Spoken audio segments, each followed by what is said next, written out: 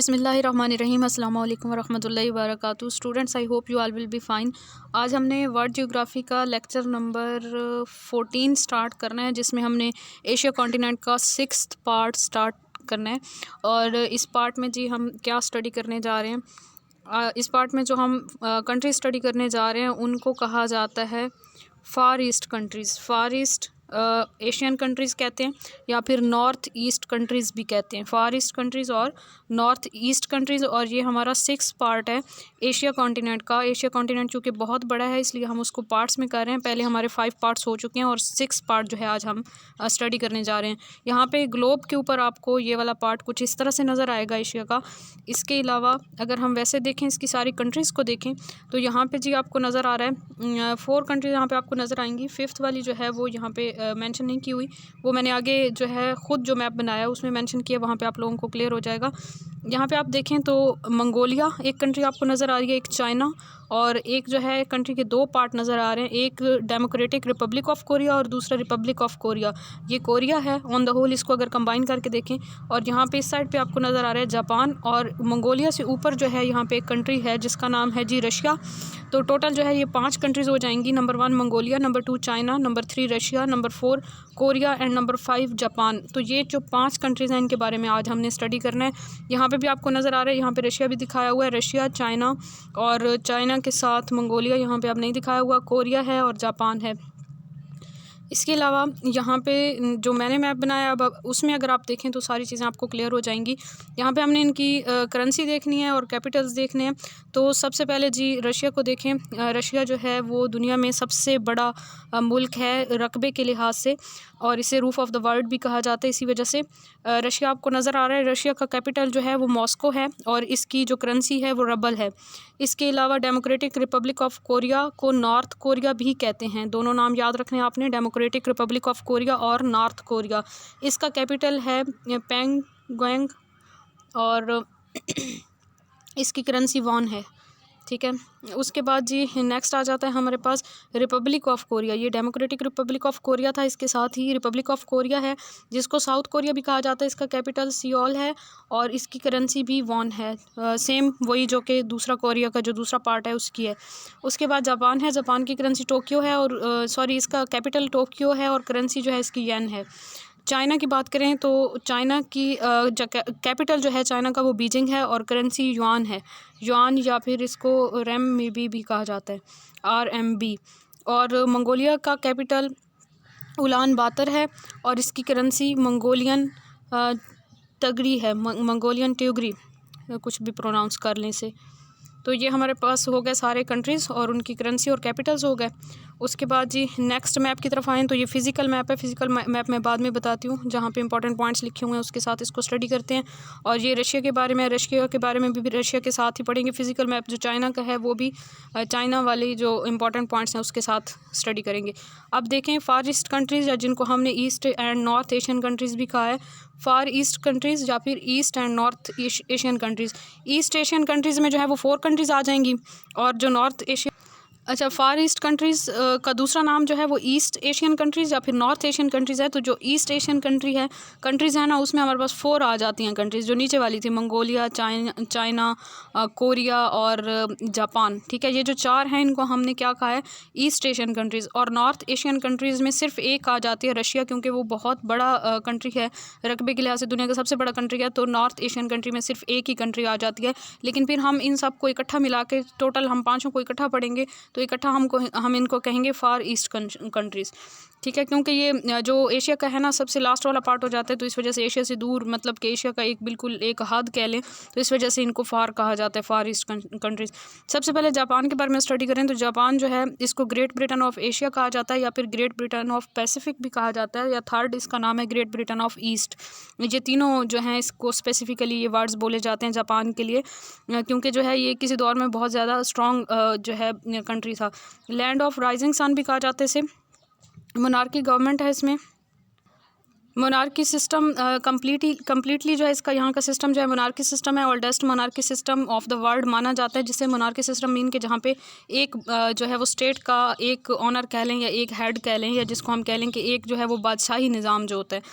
उसके बाद जी यहाँ पे जो मज़हब है शिंटोज़म रिलीजन है, और ये ऐसा मज़हब है दुनिया का जिसमें सुसाइड की परमिशन होती है, मीन के हम कह लें कि ख़ुदकुशी हलाल होती है इनकी। And some followers of Buddhism, और कुछ बुद्धिज़्म रिलीजन के फॉलोअर्स भी यहाँ पे रहते हैं। ओल्डेस्ट एंथम है इनका, जापानियों का जो तराना है वो दुनिया का सबसे पुराना तराना माना जाता है। वेरी हार्ड वर्किंग पीपल हैं, never give up in life, वो ज़िंदगी में कभी भी हार नहीं मानते।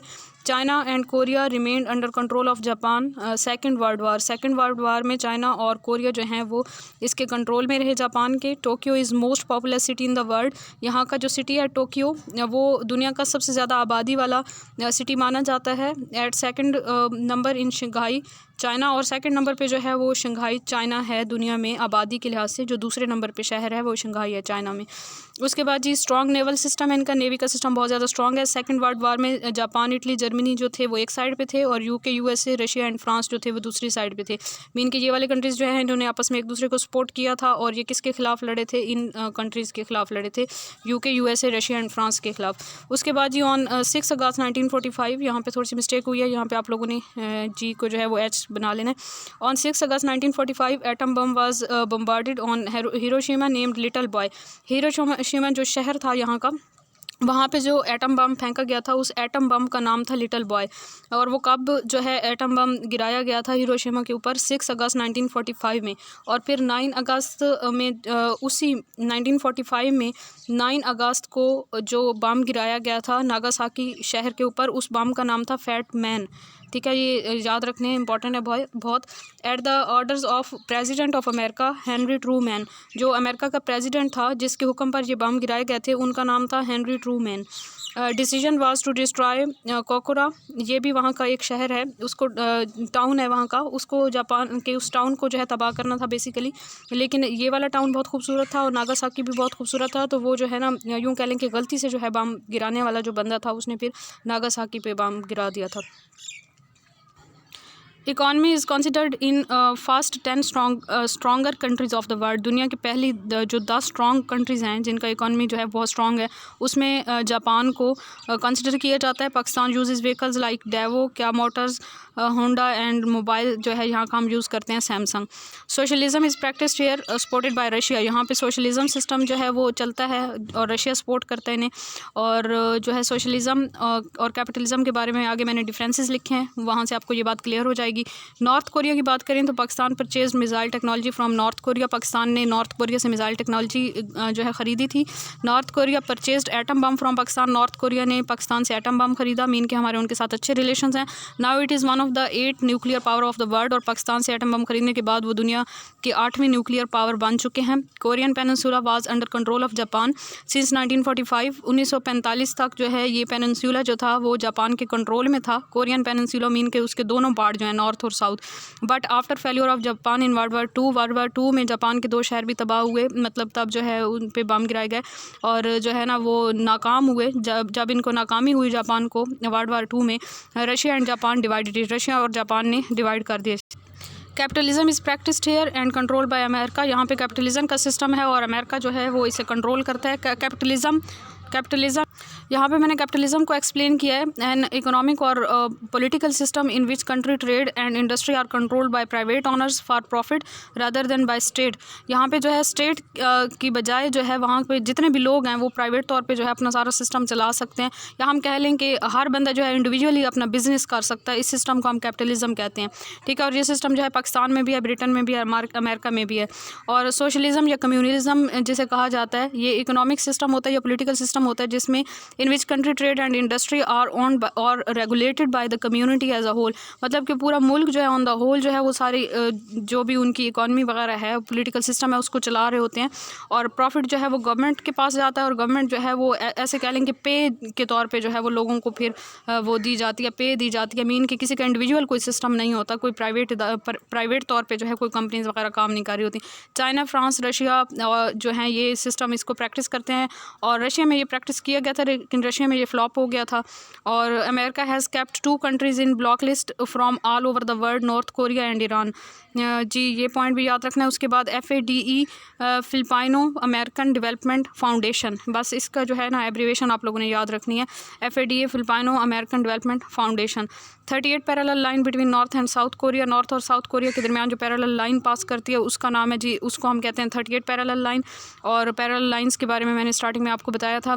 रशिया के बारे में इंपॉर्टेंट पॉइंट्स देखें तो अक्टूबर बोल्शेविक रिवॉल्यूशन, अक्टूबर रिवॉल्यूशन भी कहते हैं, जो बोल्शेविक रिवॉल्यूशन भी इसे कहते हैं, 1917 में मेजर रशियन रेवोल्यूशन था in which Bolshevik party seized power of Russia. Bolshevik party ने जो है रशिया की पावर को सीज़ किया। Its purpose was to establish communist system, इनका काम जो इस पार्टी का मकसद था वो यहाँ पे कम्युनिस्ट सिस्टम को चलाना था। Hero was Vladimir Lenin, Vladimir Lenin जो थे वो लीडर थे या हीरो कह लें इस पार्टी के। लार्जेस्ट कंट्री बाय एरिया है रशिया, जो है एरिया के लिहाज से दुनिया की सबसे बड़ी कंट्री है। सेकंड नंबर पे कनाडा है, थर्ड नंबर पे USA, फोर्थ पे चाइना और फिफ्थ पे ब्राज़ील है। इस सीक्वेंस को आप RCUCB से याद रख सकते हैं। पहले नंबर पे रशिया और जो है सेकंड नंबर पे कनाडा है, तो C दूसरे नंबर पे आ गया। तीसरे नंबर पे USA है, तो यहाँ पे मैंने U लिखा है, RCU। और फिर जो नेक्स्ट C है वो चाइना के लिए, फोर्थ नंबर पे चाइना और फिफ्थ नंबर पे ब्राज़ील है, तो लास्ट पे B आ जाएगा। ये एरिया के लिहाज से जो बड़े मुल्क हैं उनका सीक्वेंस याद करने के लिए RCUCB याद रखें। रूफ ऑफ द वर्ल्ड भी कहा जाता है इसको, रशिया को, क्योंकि एरिया के लिहाज से ये बहुत बड़ा कंट्री है। लार्जेस्ट कंट्रीज़ बाय पॉपुलेशन अगर आप याद करें तो पहले नंबर पर चाइना है, दूसरे नंबर पर India, third USA, fourth Indonesia and fifth Pakistan. Ural mountain range जो है वो सेपरेट करती है रशिया को यूरोप पार्ट में और एशिया में। ठीक है, रशिया जो है वो बहुत बड़ा है, तो ये एक कॉन्टिनेंट में नहीं आता, आधा इसका पार्ट जो है वो यूरोप में आता है, आधे से कम। और जो है बाकी जो सारा इसका पार्ट है वो आ जाता है एशिया कॉन्टिनेंट में। तो कौन सा माउंटेन रेंज है जो इसको दो पार्ट्स में डिवाइड करता है, उसको हम उराल माउंटेन रेंज कहते हैं। उराल माउंटेन रेंज जो है वो रशिया को दो पार्ट्स में डिवाइड करता है, एक उसका पार्ट यूरोप में है और दूसरा जो है वो एशिया में है, या हम कह लें बिटवीन एशिया एंड यूरोप। ये जो उराल माउंटेन रेंज है इसका आ सकता है कि कौन से दो कॉन्टिनेंट के दरमियान में है, एशिया एंड यूरोप के दरमियान में। साइबेरिया जो है हार्श विंटर होता है, यहाँ पे बहुत ज़्यादा सर्दी होती है। And vast landscape, lowest temperature यहाँ पे मेजर किया गया था -58 डिग्री सेंटीग्रेड, मीन के दुनिया का सर्द तरीन इलाका कह सकते हैं इसको साइबेरिया, जो कि रशिया में है। USSR union of socialist republics exist from 1922 to 1991। 15 states थी बेसिकली रशिया की, और इसको हम USSR कहते हैं उन 15 स्टेट्स को। और यूनियन ऑफ सोशलिस्ट रिपब्लिक्स जो है वो इसकी पूरी फुल फॉर्म अगर हम देखें, और ये कब से कब तक जो है ये 15 स्टेट्स कंबाइन रही 1922 से 1991 में। और ऊपर जो सोशलिज्म कम्युनलिज्म में हमने जो पढ़ा है, कैपिटलिज्म में जो डिफरेंस पढ़ा है, वहाँ पे भी ये पॉइंट मेंशन था कि जो है रशिया ने वो सिस्टम फॉलो करने की कोशिश की थी, लेकिन वो जो है उसको फॉलो नहीं कर सके थे, तो बाद में जो है वो रशिया USSR जो है वो टूट गया था, उसकी सारी स्टेट्स कंबाइन नहीं रही थी। सोशलिज़म या कम्युनिज़म वाला सिस्टम जो है वो फ्लॉप हो गया था और इसकी जो है ये USSR जो है ये ब्रोक हो गया था। KGB ऑर्गेनाइजेशन सीक्रेट एजेंसी है, इंटेलिजेंस ऑफिसर जो था व्लादिमीर पुतिन था यहाँ का इस एजेंसी का, and he is recent president of Russia up to 2036। ये रीसेंट प्रेसिडेंट है रशिया का व्लादिमीर पुतिन जो हैं, और 2036 तक ये रहेंगे। KGB ऑर्गेनाइजेशन के ये इंटेलिजेंस ऑफिसर भी हैं। उसके बाद जी चाइना के बारे में इंपॉर्टेंट पॉइंट देखें तो president for life time Xi Jinping जो है यहाँ के प्रेसिडेंट हैं, जो कि पूरी अपनी ज़िंदगी के लिए सिलेक्ट हुए हैं, मीन के डेथ तक जो है उन्होंने ही प्रेसिडेंट रहना है। ओपियम वार्स की बात करें तो 2 वार्स हुई बिटवीन चाइना एंड ब्रिटिश, ठीक है, अफ्यून की जो जंगें थी। Reason to suppress opium trade, यहाँ पे इसका रीज़न ये था इन जंगों का कि जो अफ्यून है उसकी तजारत को रोका जा सके। फॉरेन ट्रेडर्स प्राइमरली जो ब्रिटिश से थे has been illegally exporting opium from India to China. वो क्या कर रहे थे, इंडिया से चाइना में जो है वो अफ्यून को बेच रहे थे या उसकी तजारत कर रहे थे। ट्रेड वाज फ्रॉम 1820, हालांकि ये ट्रेड जो थी ये बहुत पुरानी शुरू हुई थी, 1820 से जो है ये ट्रेड चल रही थी अफ्यून की। फर्स्ट ओपियम वार जो हुई थी इसकी ये ड्यूरेशन याद रखें 1839 to 1842 between China and British जो थे वो जीत गए थे। सेकेंड ओपियम वार जो थी वो 1856 से 1860 तक रही और इसमें भी ब्रिटिश जीते थे। After winning puppet government was set up by British in China. जीतने के बाद उन्होंने चाइना में जो है अपनी कठपुतली हुकूमत बना ली। मीन के सारा कंट्रोल जो था वो उन लोगों का था, ब्रिटिश का था, और जो है वो नाम चाइना का था, आर्मी चाइना की थी, लेकिन मतलब बंदे उनके थे, और वो वहाँ का बेस बदल के जो है वहाँ पे कंट्रोल में रखा हुआ था सब कुछ उन्होंने। Boston T party 16 December 1773 at that time America was colony of British. उस टाइम जो है ये जो आप डेट मेंशन की हुई है, तब अमेरिका जो थी वो ब्रिटिश की कॉलोनी थी। British impose taxes on it's colonies. अच्छा, तब जो है ना वो एक इनकी कंपनी जो थी उसको बहुत ज़्यादा लॉस हुआ था, अमेरिका की एक कंपनी को, और उस लॉस के बाद फिर उन्होंने उस लॉस को कंपनसेट करने के लिए टैक्सेस लगा दिए थे हर चीज़ पे। अमेरिका ने अपनी सारी कॉलोनीज़ के ऊपर ब्रिटिश वालों ने जो है अपनी सारी कॉलोनीज़ के ऊपर टैक्सेस लगा दिए थे, और उन्होंने जो है टी के ऊपर भी टैक्स लगा दिया था। फिर सब ने जो है उसका एहतजाज किया, उसके ख़िलाफ़ जो है आवाज़ उठाई। तो उससे क्या हुआ था कि फिर जो है फर्दर आगे देखें तो when revolution started against British they abolish taxes on everything. उन्होंने हर चीज़ के ऊपर से टैक्स ख़त्म कर दिया था, लेकिन फिर जो है ना फिर भी उन्होंने चाय के ऊपर टैक्स रखा। सो सम रेबलर्स और protesters put the 340 chest. Put नहीं, यहाँ पे आप कह लें कि ड्रॉप्ड कह सकते हैं। मीन कि उन्होंने जो है ना 340 चेस्ट जो टी थी ना 42,000 kg बनता है तकरीबन, उन्होंने इतनी चाय को जो है वो दरिया के अंदर फेंक दिया था। Of tea in the Boston harbour in America. ये जो अमेरिका का बोस्टन हार्बर मतलब समंदर के साथ जो एरिया है, जिसको हम कह लें कि उनकी जो है ना वो है जैसे सी पोर्ट कह सकते हैं, तो वहाँ पे जो है उन्होंने इस सारी चाय को जो है समंदर के अंदर फेंक दिया था। That were exported from China, और वो चाइना से एक्सपोर्ट कर रहे थे इस चाय को। America got independence from British on 14 July 1776 में जो है अमेरिका ने आज़ादी हासिल की थी। उसके बाद जी माओ ज़ेडोंग जो हैं ये फ्रीडम फाइटर हैं चाइना के, आल्सो नोन एज चेयरमैन माओ। इसको चेयरमैन माओ के नाम से भी जाने जाते हैं। ये started revolution against puppet government in 1934। इन्होंने 1934 में पपेट गवर्नमेंट के ख़िलाफ़ जो है वो रेवोल्यूशन स्टार्ट की, मतलब लॉन्ग मार्च इन्होंने किया था। Started March, longest March in history, 9,000 kilometre by foot, यानी कि पैदल ये मार्च निकाला गया, और ये 9,000 किलोमीटर तक जो है वो मार्च किया था, और दुनिया में सबसे लंबा जो है वो लॉन्ग मार्च समझा जाता है। पपेट आर्मी जो थी, मीन के वो आर्मी चाइना की थी तो नहीं, लेकिन ज़ाहिरी तौर पे वो चाइना की आर्मी थी। उन्होंने लोगों पे बहुत ज़्यादा जुल्म किया, उन्हें कत्ल किया। वो जो लॉन्ग मार्च में जो लोग निकले थे, और उन्होंने मिलियंस लोगों को जो है कत्ल कर दिया, और 30,000 बच्चों को भी उन्होंने मार दिया। Revolution occur, puppet government was sent to Taiwan. उसके बाद जो है उनका मार्च जो है वो कामयाब हो गया, और वहाँ से पपेट गवर्नमेंट को निकाल दिया गया, और वो लोग फिर ताइवान चले गए। And then British made Taiwan permanent member of UNA, और तब उन्होंने यूएनए का परमानेंट मेंबर बनाया था ब्रिटिश ने ताइवान को। और आप लोगों को पता है पिछले लेक्चर में भी मैंने आपको बताया था कि कब बना था वो यूएनए का मेंबर, और 1 ही साल तक रहा था वो। Communism government setup in China in 1949, और 1949 में जो है चाइना में कम्युनिज़म गवर्नमेंट सेटअप हुई। Mao got no seat in government में कोई सीट नहीं मिली थी माओ को। First president Sun Yat Sen from nationalism party of China, और नेशनलिज्म पार्टी से एक जो थे फर्स्ट प्रेसिडेंट जो बने थे उनका नाम था Sun Yat Sen. By the aid of Pakistan China became member of UNA in 1972 में जो है पाकिस्तान की मदद से चाइना जो है वो यूएनए का मेंबर बन गया। Largest river in the world अगर हम देखें तो फर्स्ट नंबर पे नील है, जो हम पढ़ चुके हैं, 666 किलोमीटर इसकी लेंथ है। सेकंड नंबर पे अमेज़न रिवर है, 6400 किलोमीटर इसकी लेंथ है। और थर्ड नंबर पे है यांजे रिवर चाइना का, 6300 किलोमीटर, और ये एशिया का लॉन्गेस्ट रिवर है, और पूरी दुनिया में थर्ड नंबर पे लॉन्गेस्ट रिवर है। उसके बाद जी सेंचुरी ऑफ ह्यूमिलेशन और 100 ईयर ऑफ नेशनल ह्यूमिलेशन। जी इसको अगर हम सिंपल वर्डिंग में मैं आपको बताऊं तो सेंचुरी ऑफ ह्यूमिलिएशन और 100 years of humiliation. National humiliation का मतलब यह है कि ग़ुलामी के 100 साल जो जापान है, जापान ने जो है वो चाइना पे कब्ज़ा किए रखा 1839 टू 1849 तक। और जो है this term is used in China, ये चाइना में ये टर्म यूज़ की जाती है सेंचुरी ऑफ ह्यूमिलिएशन और 100 years of national humiliation to describe period of intervention and subjugation. मतलब कि ये वो पीरियड है जिसमें उन्होंने ग़ुलामी में जो है वो 100 साल गुजारे। किंग डायनेस्टी जो उनकी रियासत थी उस time, and Republic of China bye western powers of Japan, यानी कि जापान के अंडर उन्होंने जो 100 साल गुजारे थे। ये ड्यूरेशन याद रखें, 1839 टू 1849 तक उन्होंने गुलामी में ये ड्यूरेशन गुजारा।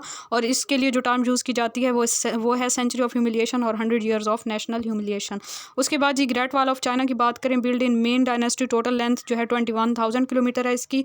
और ये जो है उस वक्त उनकी जो डायनेस्टी थी उसका नाम था मेन डायनेस्टी, और 21,000 किलोमीटर जो है इसकी लेंथ है। 21,000 किलोमीटर मेन लेंथ जो है वो 3400 किलोमीटर है। And then the scientist went to the moon, they saw it from there. तब जो साइंटिस्ट जो भी मून पे जाते हैं तो वो वहाँ से देखते हैं तो उन्हें ग्रेट वॉल ऑफ चाइना जो है वहाँ से नज़र आती है। चांद से भी ये दीवार चीन जो है वो नज़र आती है। Chinese language oldest language in the world, Chinese language को दुनिया में जो है पुरानी तरीन लैंग्वेज समझा जाता है। Oldest newspaper and oldest currency invented belongs to China. इसके अलावा यहाँ के न्यूज़पेपर और यहाँ की करेंसी जो है वो भी दुनिया की पुरानी तरीन करेंसी और न्यूज़पेपर समझे जाते हैं। First paper made by China, पहली बार जो पेपर बनाया गया था, कागज़ बनाया गया था, वो चाइना में ही बना था। हुआई, अलीबाबा कंपनीज़ हैं यहाँ की चाइना की, ये भी आ सकते हैं। हुआई और अलीबाबा जो है वो कहाँ की कंपनीज़ हैं। थ्री जॉर्जियस डैम जो है वो यहाँ पे है, three gorgeous dam. World's largest dam है ये, वर्ल्ड्स लार्जेस्ट पावर स्टेशन इसको कहा जाता है, समझा जाता है 2012 से अब तक। और 22,500 मेगावाट जो है यहाँ पे पावर जनरेट की जाती है। और ये कहाँ पे है जी, यांगजे रिवर के ऊपर, यांगजे रिवर जो कि हमने पीछे भी देखा है। उसके बाद मंगोलिया की बात करें तो second largest long land country है, लैंड लॉक्ड कंट्री है, second largest land locked country. Gobi desert जहाँ पे है, चाइना और मंगोलिया दोनों में आ जाता है गोबी डेजर्ट। बफर स्टेट कहा जाता है मंगोलिया को बिटवीन चाइना एंड रशिया, क्योंकि ये न्यूट्रल स्टेट है इन दोनों कंट्रीज़ के दरमियान। दोनों कंट्रीज़ जो हैं उनका आपस में जो है वो क्लैशेस चलते रहते हैं, अनफ्रेंडली हॉस्टाइल कंट्रीज़ हैं। और दरमियान में जो मंगोलिया है वो न्यूट्रल है, मीन के वो लोग जो हैं वो पार्टिसिपेट नहीं करते इनके अफेयर्स के अंदर। डिस्प्यूटेड एरियाज़ की बात करें तो एक जो है कर्ल आइलैंड याद रखना है आपने, सेन कैको आइलैंड याद रखना है, तीसरा जो है सुखालिन आइलैंड। ये तीन आइलैंड, अलास्का एक स्टेट है, ये भी डिस्प्यूटेड एरिया में आ जाएगी। और बेरिंग स्टेट जो है ये भी डिस्प्यूटेड एरिया में आ जाएगी जी। यहाँ पे जो है सबसे पहले हमने करल आइलैंड देखा है, ये चाइना, ताइवान और जापान के दरमियान डिस्प्यूटेड एरिया है, इन तीनों की लड़ाई रहती है इसके ऊपर। सैन कैको आइलैंड जो है वो रशिया और जापान के दरमियान है। इसके अलावा सोखालिन आइलैंड जो है between Japan, Russia and China है।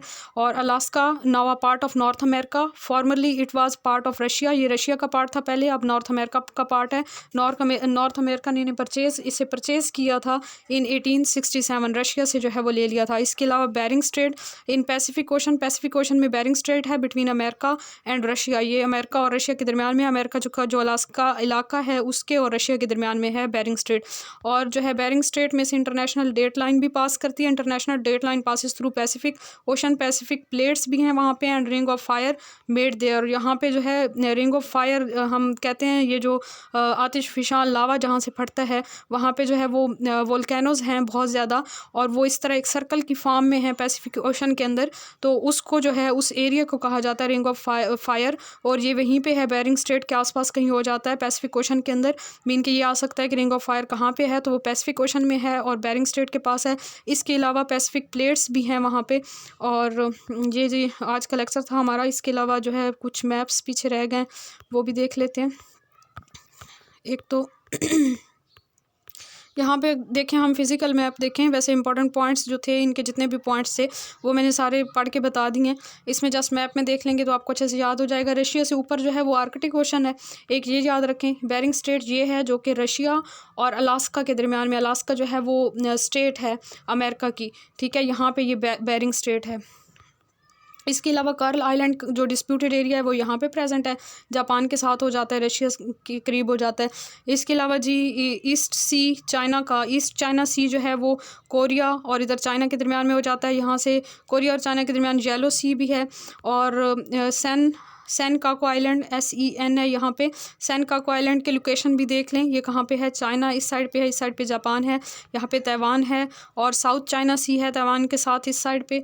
और इसके अलावा ये सारा पैसिफिक ओशन है, यहाँ पे जितना भी पानी है वो सारा पैसिफिक ओशन है।